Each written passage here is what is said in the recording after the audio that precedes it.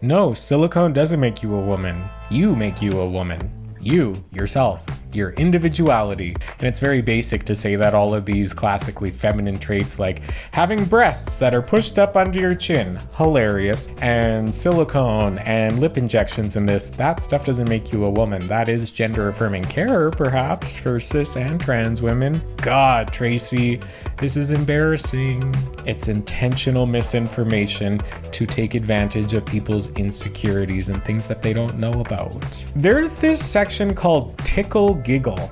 Yeah, I said it. The world is filled with terrible examples of human behavior, and if we alienate all the communities from which this terrible behavior originates from, there's nobody left in the world. This whole culture war on trans people is designed so that we as a world do not achieve class consciousness.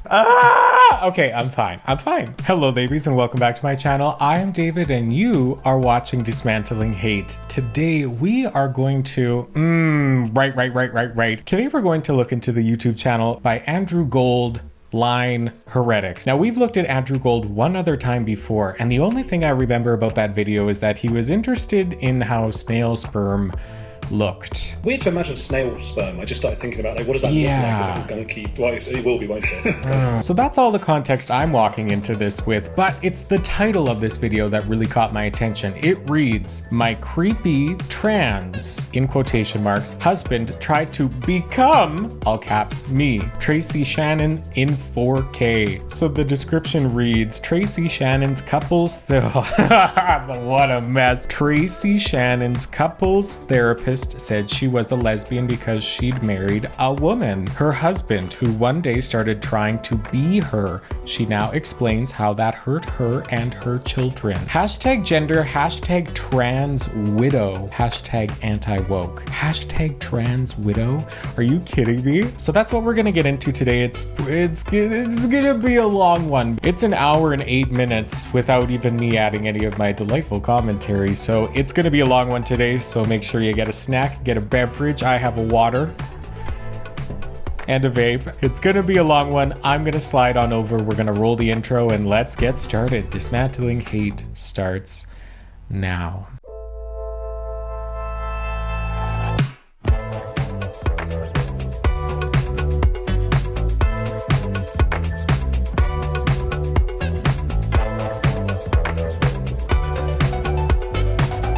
Weird to imagine snail sperm. I just started thinking about, like, what does that look like? Is it all gunky? I did have a different fit plan for this video, but once I saw like the juxtaposition of the mask and femme, I was like, you know what? I'm out here to confuse any Republicans who might have stumbled across this video. God help you if you're one of those. Okay, nope, not fixing it. Okay, Tracy Shannon, take us away in 4K. They are going to impersonate us. That is the goal. Not long into the marriage, there became these little clues. One time, I came home, I had gone somewhere. He was in a state of arousal. He would imitate my laugh and my mannerisms, my way of dressing. He looked a lot like me. That must have been really frightening. My ex-husband wanted... As soon as I see that man's face, the snail sperm comes flooding back to me. I already have things to say, but we'll give it a second. Breastfeed my daughter. My children were abused by their father's lover. He would just tell the story like he gave birth to these 3 children and let people believe that he's the mother. And he went and got on hormones without my knowledge, which he took for 11 years of our marriage. And this is a way of controlling our minds and making us trust them more. We did go to a counselor. This therapist... Oh, they're a lot closer than I thought they would be. I think right off the top, I'm going to say this so I don't have to come back to it a million times. You can be a messed up trans person. You can be a messed up cis person. You can do horrible things if you're trans. You can do horrible things if you're cis. The fact that you're a transgender person or a cisgender person doesn't necessarily play into the fact of whether you will perpetuate crimes against other folks in the way that she's talking about here. And like, impersonation isn't a crime. It's still kind of creepy. If I was partnered with a cis person and they just started to copy me, that would be as weird as a trans partner copying me. It's weird behavior regardless.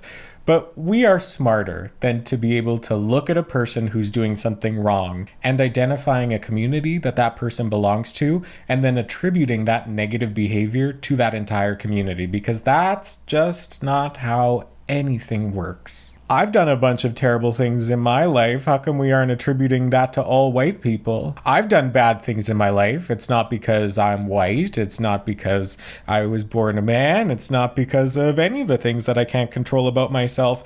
Most of them, in fact, were all the things that I could control about myself. But this isn't about me. Okay, continue. Deals with the LGBT community. Then she tells me that I'm also most likely a lesbian. Explain to me what a trans widow is. So a trans widow is a woman whose husband left, usually her and her children, to live a life of a sex mimic, pretending to be a woman. Of a sex mimic. You know, there is something to be said about folks who have partners who come out as trans, because maybe that's not something that you are comfortable with. And when I say comfortable with, in terms of you relating to that person or you being attracted to that person, you can withdraw your consent for marriage at any time. Yeah, doesn't matter if they're trans or not. You can say, you know what, I support you, but I do not want to be married to you for your transition or thereafter. It's not something that I'm comfortable with. You could say that, and that wouldn't be transphobic if you weren't transphobic about it, right? But if it was, you're an abomination, you're a sex mimic, you're copying me, you're just obsessed with me, that's where the transphobia comes in, of where you're being just hateful for no reason. You can get divorced. That's fine. Go get divorced right now. It doesn't matter. Well, it does matter, but it does. Yeah, okay. And so widow in the sense that it's like the person you married died. It is like that, but for other women who've had this experience, it signifies much more than just the loss of the husband. Yeah, it would have been easier if you died. Have a shared experience. We know what these men are like, so we identify with each other. So it's all saying like these men and those people and that, and it's all building the elusive thing that nobody really has an understanding of, because what we don't know is scary, and that's what this is. It's trying to scare you. If you're a middle-aged woman like this sitting down to watch Tracy Shannon's story, you might be thinking, oh my God, is my husband trans? Is he gonna do this to me? I better police his masculinity to make sure he's not gonna turn into one of those. That doesn't help. And the more you repress something in other people, the more it's likely to come out and be fixated upon. You're doing the opposite of what you want. Like, can't you just move on? Anyway, I'm getting... word we can use to find each other and know that we've had this shared experience of narcissistic abuse, for example, at the hands of our ex-husbands. Mm-hmm.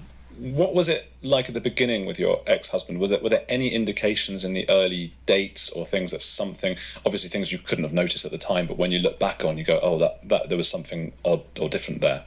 There's nothing that would have indicated any type of cross-dressing or, desire to... Cross-dressing?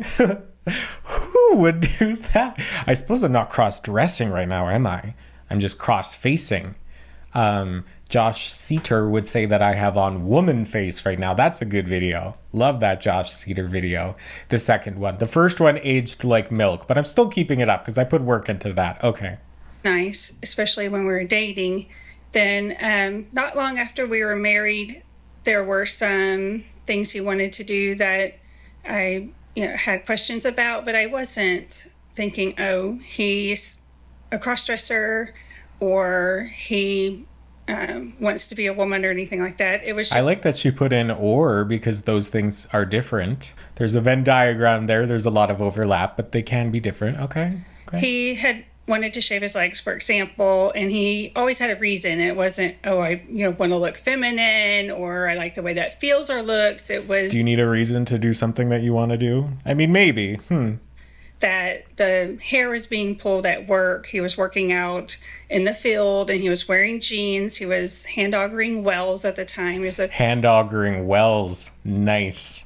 engineer, and he said that when he was... Oh, wait, I just clued in that she said the pronoun he for this person like a million times, and they're obviously a she, or they're obviously not he. She's giving bitter, right? Tracy Shannon is giving bitter, which is fair. I've been through breakups not nearly as extensive as this, and I was bitter. I was bitter for a long time. I was bitter for a year. Whew, that was a year. It was a long year, but eventually we got to let go. That the hairs on his legs were being pulled. That sounded really weird, so, but it didn't indicate to me cross-dressing. And I'm not sure I really knew what a cross-dresser was right at that time. It's so hard because I'm sure some of the people watching this will be women themselves who might suspect their husbands and who might end up being trans widows themselves. Or just are concerned. And not that you would be here, but on the off chance that you are, if you are a woman in these limited terms that he just said, if you are a woman and you're watching this video and you're wondering, is my husband trans? Here's a radical idea. Ask him. Ask him. Ask him. Communicate. Use language to try and understand. And if you can't do that because he's going to get really upset, that's also information that could influence the way you handle the rest of your life with this person. We wouldn't need to be tiptoeing around all of these clues and signs early on, like, oh, if you shave your legs, are you trans, or are you feminine, or a cross-dresser? I am a very feminine person. I would say that I cross-dress on the regular for fun and for money. Not like that. I have a BFA, okay? I've never shaved my legs. And I'm a cross-dresser. So what does that mean for me? These little clues could mean anything. And unless you're actually having literal conversation about what you are questioning, you're not going to get what you want. Don't layer things in subtext to try and figure something out. That's not healthy and that's not going to work. Not much early on you can necessarily spot, is there? No, especially if they're trying to keep a secret. And keep in mind, most of these men are very narcissistic. So they're saying everything that you... It's so crazy to be like, yeah, trans women, they're all narcissistic. That's wild. That's wild. Here, they're basically already mimicking you. Usually when somebody is...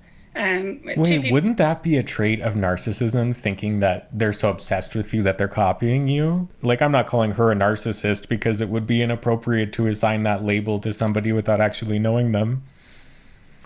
But that's a trait. But that would fall under the category of narcissism for sure. But everybody has narcissistic traits. Well, maybe not everybody. A lot of people have narcissistic traits. I have narcissistic traits. You're watching my YouTube video right now. Go click onto my channel and watch 400 other videos, right? We all have pieces of it. It doesn't mean that we are that, though. But if you just slap a label onto somebody of like, oh, they're a narcissist, then it's easier for our mind to conceptualize something we don't understand by just slapping a label on it that we might not even necessarily understand. It's harder to do the work and to learn and to actually figure something out. And I think we're seeing that in real time. So if you can find me, look to the western sky. We're falling in love. You'll watch them and they're kind of copying each other's mannerisms. This happens when two people are conversing, even then they like each other and they're agreeing. You'll see them both leaning in. And so they're already starting the mimicking process. And this is a way of controlling our minds and making us, trust them more. You had me for a second, girl, and now what? They're also studying us way beyond your normal, mimicking, on the surface level to get trust. They are learning our every move, our mannerisms, how we apply our makeup. Well, yes, because what you're describing might be femininity, and if somebody is seeking to join the social category of woman, hear me roar, they will be looking for the most influential feminine people in their lives to see how they do it. It's like, it's learning. They're trying to learn from you. That's not a deceptive, narcissistic way to try and engage in mind control. Tracy Shannon, you crazy girl. You crazy. She's not crazy. She needs therapy. She needs therapy. She needs therapy. A fourth time, she needs therapy. underneath our clothes. We're being studied because they are going to impersonate us. That is the goal. That's really strange, isn't it? And I've seen a few cases like that. And in the words of Judge Judy, if something doesn't seem believable, it's probably not true. Yesterday, I didn't look too deeply into it, but I think it was that the wife had died and that he had now become her. Right. We see that a lot with the women. No, you do not see that a lot, you lunatic. I can't. Whose husbands have left as well. And my ex, if we put the picture side by side. Sorry, to go back for just a moment and not to engage in the ad hominem fallacy, but if you are somebody who is trying to emulate femininity, is Tracy who you're looking to? Just putting that out there. She's coming off like everybody wants to be me, and it's good. You should have delusional confidence. I think I look stunning and gorgeous. Is that delusional? I'm at the point where I believe it now as well, so it doesn't matter what anybody else thinks, but there was an amount of delusion that got me there, so you need to have it. But to be presenting this delusion on a podcast, oh shit, I do that too. D-Talk with David Day. That was a smooth plug right there. You gotta admit. Right about the time or a year after, so he's a little further into trying to present looking like a woman, that he was definitely trying to look like me. Everybody who saw the pictures back then said, oh, he's totally trying to look like you. And he would imitate my laugh and my mannerisms, my way of dressing. He had implants, a nose job, his chin done, and so yeah, he looked a lot. She got money, girl. She did all of that work. Slay diva, yes. Me at the time. It's a bit like a horror movie, really. I'm just imagining those scenes of you sort of as you start to get, and we'll get into your story and how it all unfolded, but as you start to get a bit you start to wonder what's going on here. When you laugh and you see he's laughing the same way and those kinds of things, that must have been really frightening. That, and it's just really weird. You don't really... It's just like really weird. And I mean, it's fair. That would be weird. It would be. If somebody was trying to copy you, that would make you feel unsafe. And nobody is born knowing how to deal with that situation. So we can offer Tracy Shannon in 4K some grace in that she didn't know how to handle it. But we're an amount of time later, and it's clear that she still does not know how to handle it, and now she's weaponizing her incompetence. Know what's going on when you're first in this. Of course, remember, I was married to him pre-Bruce becoming Caitlyn. Okay. So this was not something when that took me a second to figure out Bruce and Caitlyn. Anyway, we don't need to talk about them. We talk about this. Keep in mind that this was not normalized yet. Bruce Jenner did that. Bruce Jenner normalized, men being sex mimics. So I didn't have you heard that phrase before? Sex mimics? I've never heard that. That is a wild turn of phrase. Of this whole idea that he was going to do that at any time. In fact, in our marriage, there were some instances of cross-dressing that I found out about, but in my wildest dreams, I never thought, oh, he's going to take hormones and go live this way. But I didn't know he was taking hormones behind my back for 11 years, for example. For 11 years, you didn't notice that? Something's missing there. Something's missing. I mean, there were some clues that maybe had I known about this stuff, I would have known that's what it is. But I was given an alternate reason for the changes that I saw in his body. It is true, though. People can be very manipulated, so I get it. That's still wild, though. That was that he was taking OCD medication. I see. I'm sorry, I might not have answered your question. No, I think... That's how I got mine, is OCD medication. Can you see? How far down can you see? That's how I got mine. Oh, we're very... I don't know what's going on with the camera angle today, but that's whatever. Okay. It's just that it's frightening sometimes to see someone mimicking you in that sense. It's just very confusing to see, for example, when I had my babies and he would retell the story of the births as if he did it. He memorized the details better than I do. It's hard because she keeps saying he and we don't see this person. But if her husband, her wife, her, this is messy. But if her partner was the parent of those children, of course, they would have memorized the details. Well, not of course, but most likely would have remembered the details. It doesn't have to do with them being trans, though, right? If you had two cis women in a relationship and one of them gave birth to the children and the other one was telling stories as if they gave birth to the children, that would be weird. It would be weird. We can agree on that, Tracy Shannon and 4K, but it has nothing to do with them being a sex mimic. There it is. Because now that we're apart, and when my kids were little and they go visit him, and people would ask about his children, and they think he's the mother. Not that his past is really great, but if you don't know otherwise, not all women, are the most feminine looking by today's standards. And he would just tell the story like he gave birth to these three children and let people believe that he's the mother and that we had children, that we were a lesbian couple because people knew that the children had a mother in Texas. So he would just talk like we were a lesbian couple, and he would say that we had our children through in vitro fertilization. Wow. I mean, yeah, that's weird. Has nothing to do with them being trans. That's insane and frustrating. And I think some people watching might think, well, if he wanted to, you've got individual liberty, you can do what you want. But I think in any relationship, if I wanted to shave my head, I'd probably run it past my wife first, just because it's, she didn't sign up to being, not that that's a big deal, but or if I were to get a tattoo on my face or something. Or earrings. One time he came home from work and he had both ears pierced and there were little flower earrings. This is not, Yeah. And at the time, men wearing two earrings was not a usual thing, especially in his field of work. And, Gay. And especially not flower earrings. So this was a little different. And I'm thinking... very extremely rigid gender norms here. Okay. Yeah, we're not surprised, but we're just saying. What are you doing? Why are you doing this without talking to me? You're right. Yeah, you have free will, but your body's not your own when you get married. It's not? Yes, it is. Yes, it is.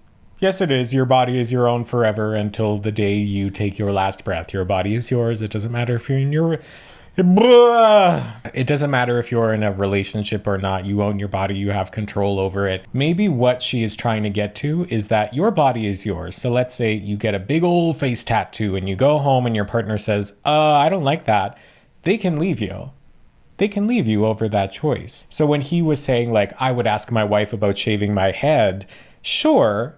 And really the asking for me in a relationship would be more for you're not going to leave me if I do this, right?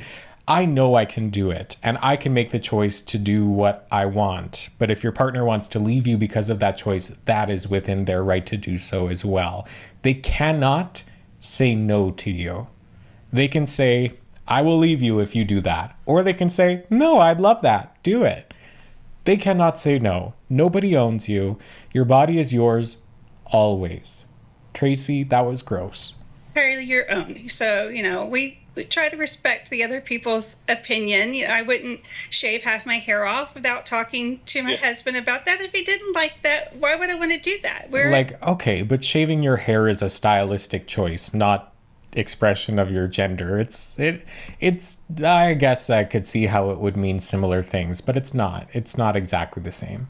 A couple and respect his opinion. You represent your partner in some sense. It's a little bit like representing a business. If I go out and do something, it affects my wife, it affects, if I had children, it affects all of these people, and I have to bear that in mind. So, do take me through your story, I suppose, how it started and how it ended. Well, we were married for a total of 15 years. We had 3 children together. And in the beginning, none of this was even on the radar. There were some to you, it was probably on the radar to them. Signs of narcissism, but then at that time, I didn't even know what narcissism was. And you still don't, bestie. Yes, I think a lot of us didn't recognize narcissism back then, but nothing so huge to just put on the brakes. We were in love, we wanted to get married, so we went full throttle ahead and got married. Not long into the marriage, there became these little clues. And so I think the first thing was the shaving, and it didn't stop with legs. He wanted to shave some of the chest hair off, and this was just getting really weird. Of course, I told him, if you're going to shave your legs, I don't want to sleep in the same bed because I... Really? Wow. Very shallow. Very shallow. Really is weird to me. It doesn't feel comfortable. If your legs will brush up against mine, they'll be prickly. And the memory that would come to my mind is, when I was a child and I would sleep with my mother, her stubbly legs, touching. But I wonder, though, my next question would be then, if her partner was a cis man who shaved his legs, would she have the same response? I think she's finding information to become uncomfortable with. I think she's fishing in this situation. She probably wouldn't have cared if it didn't come along with all the baggage of being trans. Feeling about your mom. How long into the marriage were you at this point?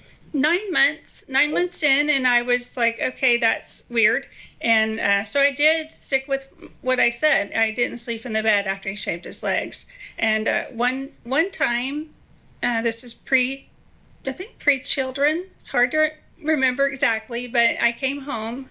I had gone somewhere with my mother, and I needed to come back for something. And he was already in the tub shaving his legs at that time. So this was pretty early on in the marriage. And when I entered the restroom, he was in the tub shaving his legs, and he was in a state of arousal. Really trying to form my thoughts here. So I did, in fact, take a little peep down here at the title chapters on this YouTube video. And the next one is called autogynephilia, which means that you do achieve some sense of arousal dressing up as a woman or dressing in a feminine way.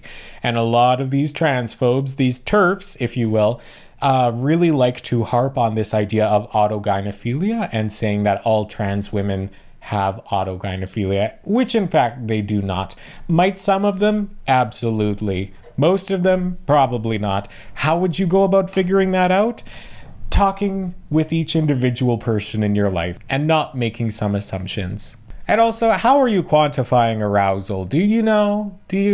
Or are we just talking about an erection? Because that can happen literally at any moment. The wind can blow, unless that person explicitly told you that they were aroused by the actual activity, you don't know.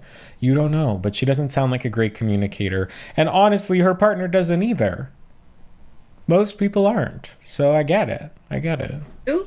That this leg shaving, like I sensed, was something more than just wanting to shave the legs for the excuses he gave, but that there was some type of erotic, thing going on with that. And I didn't know anything about autogynephilia, didn't know that term, didn't know there was another term floating around, I think around 2010. Most of that's been wiped off the internet, but autotransphilia.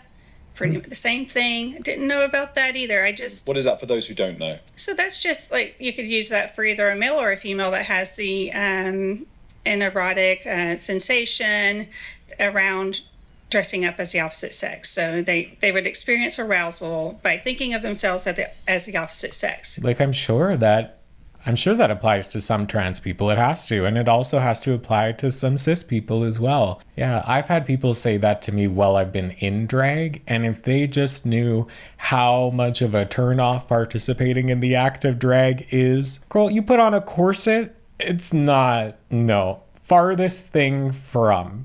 But it comes down to each individual person.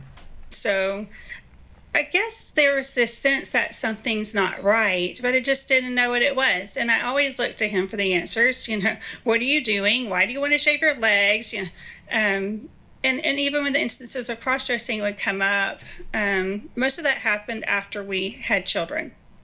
So after our first child, my first baby was in the hospital at 3 months old, nearly died. So my husband came up there. He barely visited me with the baby. I was there the whole time, never leaving the baby's side. And he came up there, and that's when he told me, yeah, I have a problem with cross-dressing. You're right, because I had confronted him. That's rough. That's rough to be in a hospital with your newborn and your partner drops that. That's hard. Yeah, brutal timing, hey? Yikes. too far in the past on cross-dressing, because I thought he had put on nails. It looked like he had put on nails sometime when I was away looking at the nail bed.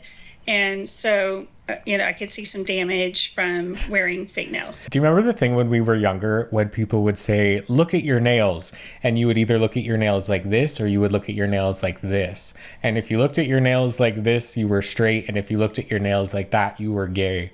And I never was able to figure out which way felt comfortable. I don't mind either of them. Makes sense. He said, yeah, I have a problem with cross-dressing. And I said, okay. I think at that time he said he cross-dressed when he was younger, so like teen years. I didn't ask a lot of questions about this right then. I said, well, if that's the case, then we should go to counseling. So you were dealing with an ill baby at this point. Yeah, I had a 3-month-old baby at this point. So not long after that, I think the very same month, we did go to a counselor. Okay. Thought it was for marriage counseling, but this counselor in Houston, this therapist, it deals with the community, with the LGBT community. And I didn't even know the word trans, okay? So, or transgender or any of this. But this lady, or could have been a man, dealt with this population and was very unbiased. I just didn't know that was what was going on until... Yeah, why do you want somebody to be biased? I mean, maybe you want them to be biased towards you, and that makes sense because we want to be right all the time as human beings. I guess not really all the time. I don't care so much about being right. I care more about learning than being right. But, yeah, okay. And there, I thought we were there for some neutral marriage counseling. She was biased, you were saying? Yeah, she was biased. So when I got in there, she explained to me that my husband should be allowed to go on weekends with other men where they would have a good time of cross-dressing and having tea, and just... Okay, so she's framing that as like, he gets to go off on these sexcapades with all of these other people who have autogynephilia, when in fact the therapist probably just said, maybe this person needs more community of people who are like them, who are trans. You see how you can spin anything to make it sound dangerous and nefarious? That's all that Tracy's doing. Activities together dressed as women. And this won't bother me at all because, in fact, I wasn't going to know anything about it. Out of sight, out of mind. He would have a post office box that this was her suggestion. He would have a post office box where he would get catalogs, any type of lady magazines, makeup, he could order clothes and all lady magazines. Stuff could be kept hidden from me and I wouldn't know about the weekends. It would just be like a business trip to me. I wouldn't know. So if I don't know about it, won't it be okay if I don't ever have to see it? No, I wouldn't agree with that. I think they needed to get divorced instead. And I said, no, I'm not comfortable with my husband having this secret life apart from me and a form of infidelity. I just couldn't really articulate that at the time. Like, how is this infidelity? There's not another woman, but it felt like there is an elusive other woman. So she goes on to tell me how closed-minded I am and asked me where Well, you do sound closed-minded, Tracy. To university. And I said, well, we went to the same school. We both went to Texas A&M University. And then she tells me that I'm also most likely a lesbian. Yeah. What? Why? Because I fell in love with this man who had this other side to him, this feminine side to him. And I married him, so therefore I must be... Gotcha. So I feel like what the therapist probably said is we have to unpack all of this from her layers of bias, is that if you do want to stay married to this individual, then you would be a lesbian because she would be a woman in a relationship with another woman. It's not really that complicated. Or rather, not just lesbian, you would at least be bisexual or pansexual. But maybe her heterosexuality was questioned and that made her very uncomfortable. And then she turned up all of the things that they said to an 11 to make it sound more outlandish so she can get positive attention in the way that she's looking for in order to affirm her homophobia really. So that has nothing to do with being trans. It has to do with being gay, honey. Lesbian. And at this time, I was about sick of her. And she told me at this appointment, so this is where I'll say, another indication where I always listen to him. There were signs. So she says to me, well, he won't know what he wants to be for 3 months. This I had never heard of before. So we're talking about the WPATH standards back then. And 3 months of cross-dressing, then you know for sure what you want to be. Like, that's all it takes. 3 months. Wow. Like, this is a whole life-changing ordeal. And yeah, but you don't go into those 3 months without already thinking something, like it's not like you wake up on high school graduation and all the men get filtered through this trans school and they have 3 months to figure out if they're trans or not, like the concept of Love is Blind. And at the end they have to decide if they want bottom surgery or not. No, what she's describing here is most likely an elective program that you can go through and receive psychological assessment and support in order to figure out if you are trans or not. He won't know what he is for 3 months. I said, what do you mean? If he doesn't know what he is, it's the first time I was hearing anything like that, then we're done here and I'll be filing for a divorce. So he says, well, she's putting words in my mouth. That's, I didn't say that. And we agreed we wouldn't go back to her, but she did send us to get a book. And we did go get the book. It was called My Husband, Betty. And this book was to encourage me to be like this wife that lived a nice, normal, accepting person, maybe. This man who played dress up all the time. And I didn't read the whole book. I still have the book. I just couldn't see myself being that way. Which is fair. She didn't have to stay with that person. She doesn't have to. She doesn't want to be around cross-dressing. She doesn't want to be around autogynephilia, if that is in fact what her partner had. She doesn't have to. She can leave. She can. That's within her right.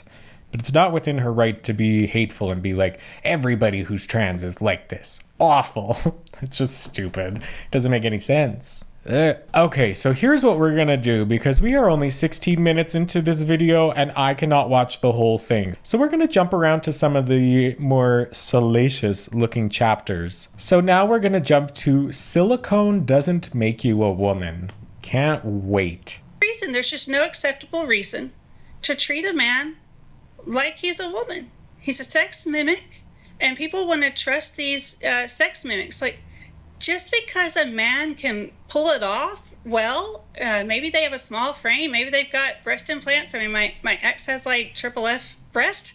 Just because a man's going around with some hair extensions, silicone in their lips, and their breasts pushed up under their chin, that doesn't make them a woman in any kind of way, not any kind of woman. We need to quit calling them anything but a man. They're a man. They're sex mimics. And people wanting to trust him, I feel like, we have some on our side. She's really a gross person. Hey, I thought this would be funny, but it's actually just sad. No, silicone doesn't make you a woman. You make you a woman. You, yourself, your individuality, your free will, that's what makes you a woman. And it's very basic to say that all of these classically feminine traits, like having breasts that are pushed up under your chin, hilarious, and silicone and lip injections and that stuff doesn't make you a woman. That is gender affirming care, perhaps, for cis and trans women. But yeah. Ugh. God, Tracy, this is embarrassing. Conversation. There's definitely some on our side that, wow, that's great. You're voting for the same person I'm voting for. You're conservative in every other respect, or we want the same things. We don't want children to go through these procedures. Bravo. But how hard is that? Why are we celebrating, Bruce Jenner, for example, getting on TV and saying, oh, yeah, men stay out of the woman's sports. Why are we celebrating that? Oh, yeah, kids shouldn't be transitioned. This should be common sense. This is not like, oh, yay, look, we have a sex mimic that agrees with us. How? It's really hard because somebody like this, Tracy, I don't know her background, but not having a fundamental understanding of the developing brain, like neuroscience specifically and psychology. And there are all these people out here in the world who are very positioned to speak on these issues. And conservatives listen to these folks. Tracy Shannon in 4K with Andrew here. These people don't have the education to be talking about this stuff. They are speaking from personal experience. And even though that personal experience is negative, it's misrepresentation to place that experience onto everybody else. It's intentional misinformation to take advantage of people's insecurities and things that they don't know about. Because being conservative on social media is on easy mode. And I'm not conservative, so my YouTube is on hard mode. So if you subscribe to my channel, you'd really be helping supporting me. Love that. Like the video, etc. Okay, let's jump around again. I cannot. This is so long. Okay, there's this section called Tickle Giggle. Yeah, I said it. Tickle Giggle right here. Let's get into Tickle Giggle. It's really hard to say. Say it. Tickle Giggle. All right, let's see. My views on this. So it just felt obvious that Sal Grover would win that. And yet, because this guy was just clearly just trolling by using this like porn star name, Roxy Tickle, to get into women's apps. And yet won. And they decided Roxy is literally a woman, legally a woman, and now can go into women's apps. The world's gone completely insane. It's completely insane. And like you mentioned about the sex offender registry, in Texas, the sex offender is required to notify a sheriff if they have a name change, and that would be a gender change. Which is ridiculous. It shouldn't have been. Again, it's like these people are searching. I don't even need to watch the rest of this, right? We already know where this garbage is going. So she's about to frame this in terms of people are being trans and changing their names because they're on the sex offender list. And they're doing that to evade the law and perpetuate more crimes against people. Might that be a possibility? Yes. Has that happened? Yes. Does that have anything to do with those people being trans or lie? No, it doesn't.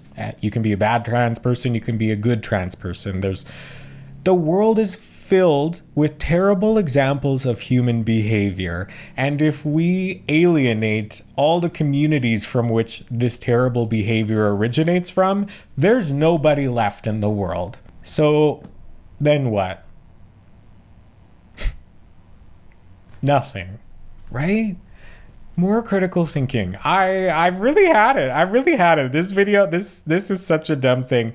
Let's pick one more chapter. Okay, this is really bad, team. I mean, you're watching. So we're going to pick one more chapter to watch, and hopefully we get through the whole thing. So this chapter is called What Should Trans People Do?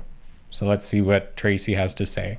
And I think they need better ways of coping. And ooh, the call is coming from inside the house, girl. Yeah, people need good coping skills. Just gonna leave it. If you're going, there might be a place for, like you said, this is a cult, and I do think it requires some deprogramming. And there might be a place for them in that. And are you catching the irony in all of this? Because it's her rigid programming of gender norms that is really causing this whole problem. It's crazy to me how both sides of really any issue can just say the same things to each other over and over into infinity. And then while they're all distracted, the world is destroyed behind our backs, right? This whole culture war on trans people is designed so that we as a world do not achieve class consciousness. Ugh, God, this is frustrating. Okay, I'm fine. The therapeutic community, I don't appreciate how out there they are and how people in my sector of activism are hatred. That's your sector, bestie, is hatred and bigotry. Just celebrating this. I admit it's great to hear that we agree on so much, and they may be wonderful neighbors, wonderful people to work with, a wonderful sister, brother, family member, but they aren't those things to me. And in the area of activism, I believe. How do we not see that as discriminatory, though? You may be a good person, but because of your gender identity, you're not good to me. I hate you. That's discriminatory. You can so clearly see the parallels to racism and homophobia and xenophobia and all of these things. You can't discriminate against something that people can't control. So the fact that she's white, that she's a woman, we can't make fun of that because that's not within her control. But her ugly sweater and her tacky styling, we can make fun of that. because that was a personal choice. Ooh, I'm getting spicy. I do not like Tracy. Have a different line than I do, and that is they want the adults to be able to do these things. And I'm saying it's profoundly harmful. It's harmful to their children. It's harmful to society. Yeah, but like, prove it. Where's the data? I'm a data-driven doll. I need it. And I've spent a great deal of my time researching this. There's a lot of bad things that can happen to kids, and there's a lot of ways in which children are affected on a developmental level. The strong majority of them have nothing to do with gender identity. There's a lot of other things that can happen, unfortunately, but not just, oh, I'm hurt that, my ex left and I experienced this loss, and my kids experienced loss and all the pain that comes with divorce. And it was hard. Between 3 kids, there were 6 suicide attempts. Oh. So, yeah, it's been very hard. All we hear about how hard it is. We hear how hard it is for these sex mimics. But it's very hard for the parents whose kids are doing this. It's very hard It would be very hard for everybody involved. Life is hard. It is. For a multitude of reasons. And everybody has different ones. It is sad. I don't wish that upon anybody. But my empathy is still guided by my discernment. It doesn't make her right or correct in anything else here. I can empathize while still holding her accountable and being critical for the rest of the garbage she's saying. Children whose parents do this. And for many other family members, my children didn't see their cousins growing up because of this. Because there was a division in the family over all of this on his side. So this is just profoundly harmful. It's in so many ways. So I prefer they took this to the therapeutic community and shared their experiences there, instead of trying to get all this to say, hey, look, guys, there's some good ones. There's some good ones. Yeah. I feel we can do both. I'm talking about individuals who are not married, who don't have children, I'm not saying they should change their, or try, well, it's not changing your sex, is it? It's just cutting things off and inverting things and mutilating them, really. You know what? That's where we're going to leave it here. This is so brutal. I cannot. Okay, I'm done with this. Get me out of here, Mary. All right, girly wigs, thank you for getting to the end of this episode of Dismantling Hate. If you made it to the end of this video, this must mean that this conversation means a lot to you, and I appreciate you being here because it means a lot to me too. If you want to see me paint this gorgeous and stunning face, you can watch Dragmas Day 9 on my YouTube channel. You can watch so many other episodes of Dismantling Hate here on my David Day channel or on my Dismantling Hate channel, but you can peruse yourself through the playlist on the videos that run here on the end screen. Thanks again for getting to the end. I appreciate you being here. Ooh, what emoji could you leave in the comments for me? Is there a therapy emoji? I don't know. Ooh, I know. You know the emoji like this? The like... that one? Huh? That? I'm not going to give you any other information of what emoji I mean other than this. That one. Leave that one in the comments for me. Okay, gals, thanks for being here, and I will see you next week. Goodbye.